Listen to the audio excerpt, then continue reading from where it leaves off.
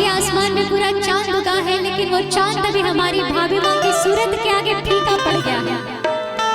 वो चांद की सुंदरता भी कम हो गई है हमारी भाभी माँ के सामने। तुलसी की सेवा, चंद्रमा की पूजा, कचरी चेता आंगनवा में गूंजा।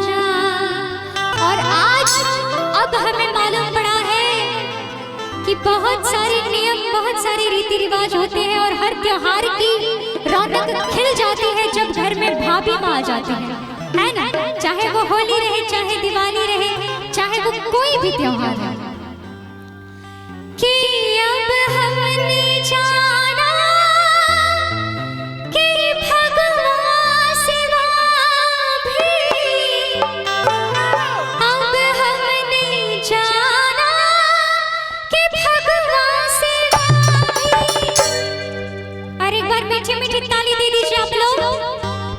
होते हैं कितने त्योहार भौजी, होते हैं कितने त्योहार भौजी, साची कहे दरिया मन से हमारी, साची कहे दरिया मन से हमारी।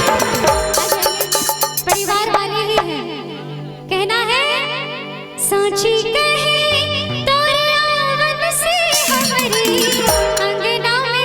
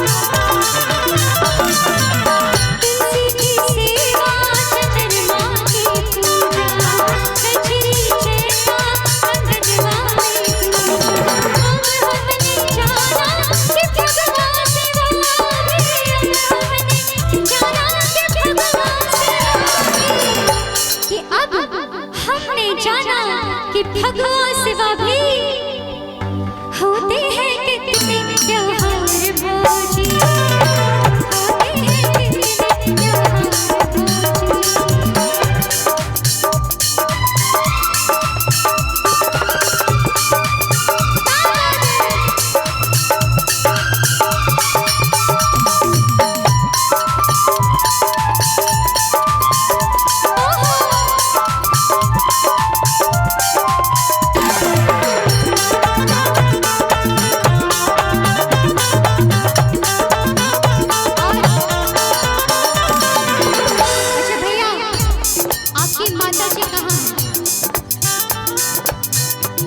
घर में है।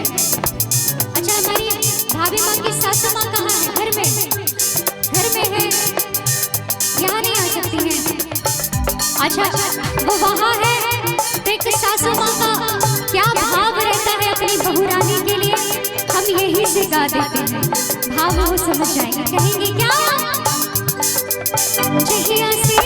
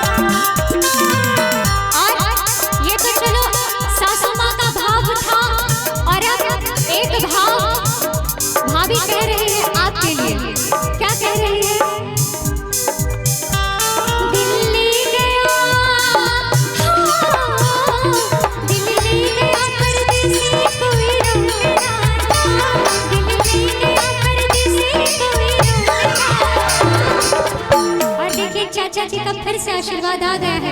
आप दूल्हे सरकार के क्या लगेंगे? अच्छा, लड़की यानी हमारी भाभी के बहनोई है। अच्छा, बहनोई जी के लिए एक बार जोरदार ताली बजा दीजिए। भैया इधर इधर खड़े हो जाइए। हाँ, आप दिखाइए, एक बार इनके लिए ताली बजा दीजिए। हमारी भाभी माँ कहती है भैया से, दिल ले गया,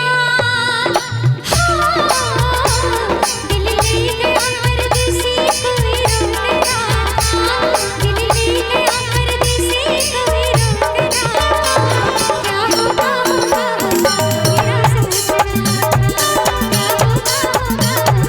मेरा सोचना, क्या होगा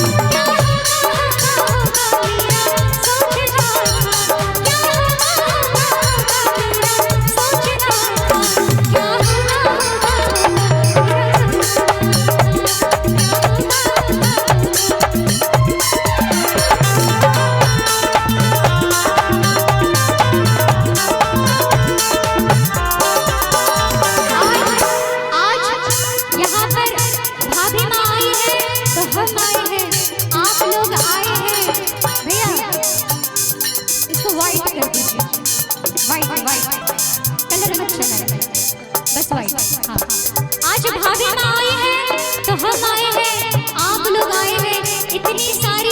सजावट हुई है, घर में चहल पहल है। नहीं तो घर सुना सुना रहता था, है ना? कोई आता जाता नहीं था। तो कहेंगे बड़े प्यार से भाव में, ओ ये घर था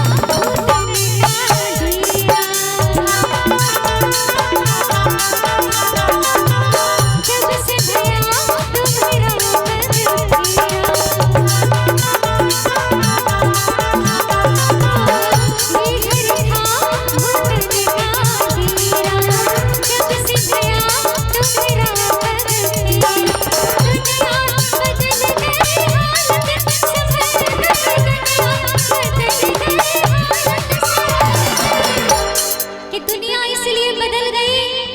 घर में बाकी लोग के साथ साथ अब एक भाभी हो गई है।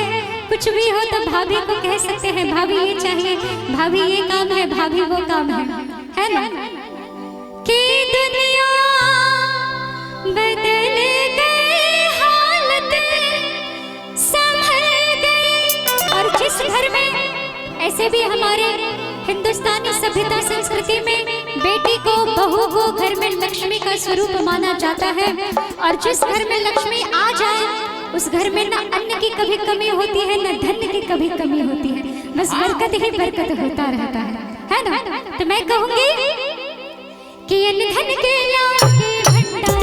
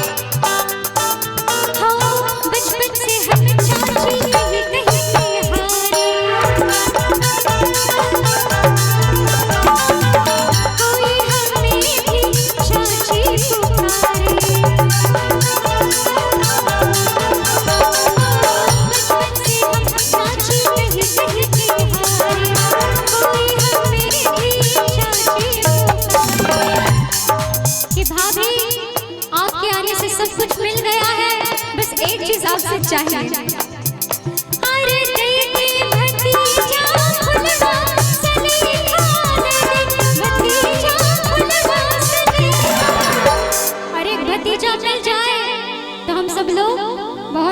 एहसान होगा हाँ भाभी का हम पर, बहुत बड़ा उपकार हो जाएगा हमारी भाभी का हम पर, और हम